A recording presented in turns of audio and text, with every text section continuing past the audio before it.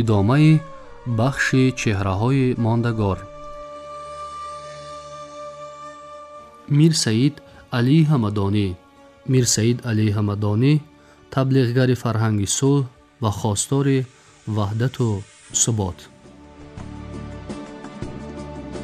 амири кабир мақоми оиларо низ муқаддас мешуморад.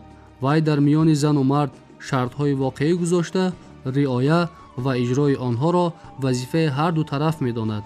донишманд барои марду зан муоширати хуб, сиёсати дуруст, ғайрати дучанд, таъмини дурусти нафақа ва таълими солеҳро шарти зарурӣ дониста, бетафовут набудан ба қисмати ҳамдигарро махсус таъкид месозад. мир Саид Алӣ Ҳамадонӣ тарбияи маънавии инсонро ҳамчун рукни боэътимоди ташаккули шахсият муҳим шуморида, дар бештари рисолаҳояш масъалаҳои ахлоқро тавзеҳ медиҳад. вай тарбияро рукни камолоти инсон шуморида, онро асоси пойдориву устувории хонавода маънидод менамояд. чун тифлро аз аввал бадин тартиб тарбият кунанд, вақте ба ҳадди балоғат расад, баракати он ба зоҳиру ботини ӯ зуҳур кунад. агар ҳамчунин кардӣ, наҷот ёфтӣ ва ҳам халқро наҷот додӣ. дар баробари ин ҳаққу ҳуқуқи фарзандро муайян намуда, ӯро амонати ҳақ мешуморад ва тарбияву таълимашро вазифаи муқаддаси падару модар медонад ва дар ин мавзӯъ ривоятҳои зиёд оварда, аз ҷумла таъкид менамояд, ки аз ҳама бештар модару падар ва устоду омӯзгор дар савоби фарзандон шарик мебошанд. мир Саид Алӣ Ҳамадонӣ баъди азият ва мушкилоти зиёде, ки дар зиндагиаш рӯбарӯ шуд, ба хулосае омад, ки барои ҷомеа ва инсоният сулҳ ва оромиш нақши арзанда дорад. аз ин рӯ вай фарҳанги сулҳро таблиғ карда, хостори ваҳдату субот ва ҳамраъиву муттаҳидӣ мебошад. бо ин мақсад ӯ дар асарҳояш ҳикмати мадороро ташвиқ карда, таҳаммулгароиро воситаи муҳими ҳалли ҳар гуна низоъ медонад. барои мир Саид Алӣ Ҳамадонӣ тафриқаи мазҳабӣ, нажодӣ ва милливу фарҳангӣ бегона мебошад ва дар тафаккури иҷтимоии ӯ баробарии равияву ҷараёнҳои мазҳабӣ дар эътиқоду эҳтироми ҳақ муҳим арзёбӣ мегардад.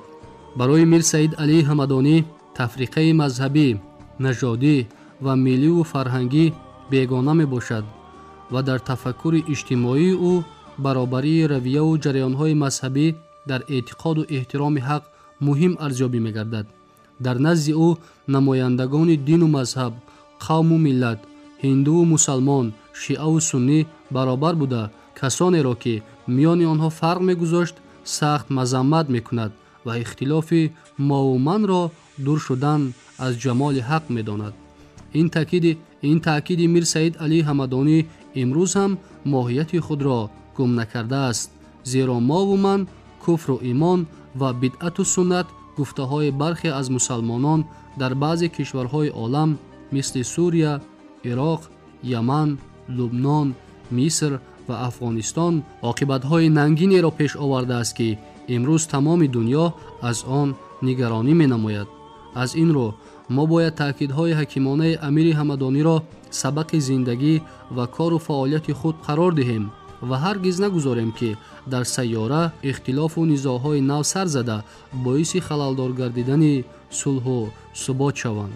дар шароите ки равияҳои тунгаро ва низоъҳои диниву мазҳабӣ дар баъзе манотиқи дунё тораф вусъат меёбанд, ақидаҳои мутафаккирони гузашта амсоли амири Ҳамадонӣ арзиши бештар пайдо мекунанд.